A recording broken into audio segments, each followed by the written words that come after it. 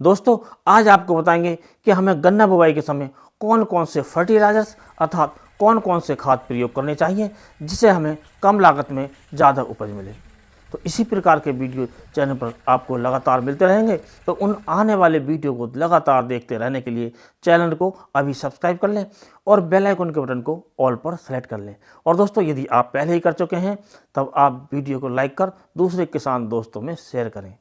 तो दोस्तों, जब हम अपने गन्ने की बुवाई करते हैं तो उससे पहले जो खाद डालने का जो समय होता है उससे पहले ही हमें ये व्यवस्था करनी चाहिए कि हमें अपने खेत की मिट्टी की जांच करानी चाहिए। तो यही सबसे अच्छा तरीका है, यही सबसे बढ़िया तरीका है।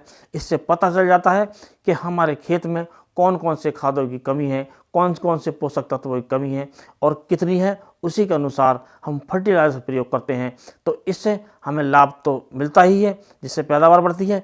लेकिन सबसे बड़ा जो लाभ इसमें मिल जाता है वो मिल जाता है कि हमें जितनी आवश्यकता होती है हम अपनी फसल को उतना ही पोषक तत्व देते हैं, उतने ही खाद देते हैं, जिससे हमारी लागत कम हो जाती है। लेकिन आप यदि मिट्टी की जांच नहीं करा पाते हैं तब आपको चाहिए कि आप बुवाई के समय जो फर्टिलाइजर प्रयोग करते हैं उसकी जो मात्रा है वो हम आपको बता देते हैं। इसमें 3 प्रकार के हमारे किसान इसको यूज करते हैं।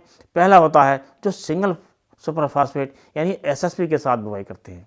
तो आपको 3 कट्टे यानी कि 3 बैग सिंगल सुपर फास्फेट अर्थात एसएसपी के 150 किलोग्राम हो गया। और इसमें आपको यूरिया लेना है 50 किलोग्राम और 25 से 30 किलोग्राम लेनी है आपको एमओपी अर्थात पोटास, इसका प्रयोग करना है। या फिर आपको जो दूसरा प्रयोग है वो हमारे किसान भाई करते हैं डीएपी का प्रयोग। इसमें आपको डीएपी की जो मात्रा लेनी है वो लेनी है 50 से 60 किलोग्राम और इसमें आपको 25 से 30 किलोग्राम एमओपी अवश्य मिलानी है। क्योंकि दोस्तों, जो डीएपी होती है इसमें नाइट्रोजन और फास्फोरस होती है, इसमें पोटास नहीं होती है। तो पोटास भी हमारे खेती के लिए, हमारे गन्ने के लिए बहुत ज़रूरी है, तो हमें इसमें पोटास अवश्य मिलानी चाहिए। और दोस्तों, तीसरा जो प्रयोग है हमारे अधिकतर किसान भाई करते हैं वो है एनपीके 12-32-16 का प्रयोग। इसके लिए आपको लेना है 70 किलोग्राम एनपीके 12-32-16। इसमें तीनों प्रमुख तत्व होते हैं, नाइट्रोजन भी इसके अंदर होती है, फास्फोरस भी होती है और पोटास भी होती है। इसमें किसी दूसरे तत्व की मिलाने की आवश्यकता नहीं है। आप इसे लीजिए और 70 किलोग्राम प्रति एकड़ के हिसाब से आप लेकर इसका प्रयोग अपना गन्ना बुवाई के समय करें।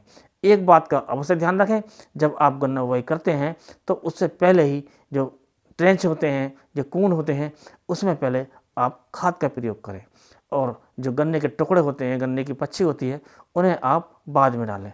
ऐसा करने से जब हम खाद डाल देते हैं तो उसमें कुछ मिट्टी हल्की सी खाद के ऊपर आती है, तो हमारे गन्ने के टुकड़े, हमारे गन्ने की आँख खाद के संपर्क में नहीं आ पाती है। जबकि हमारे कुछ किसान भाई करते हैं, पहले वो गन्ने के टुकड़े डाल देते हैं, उसके बाद खाद डाल देते हैं, जिससे जो खाद जो हमारा होता है वो गन्ने के जो टुकड़े होते हैं, उनकी जो आँख होती है, उनकी जो बड्स होती हैं, उनके संपर्क में आते हैं, जिससे कुछ आँखें हमारे गन्ने की खराब हो जाती हैं और उसमें जमाव भी कम आता है।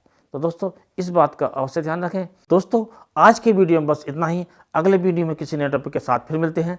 तब तक के लिए नमस्कार।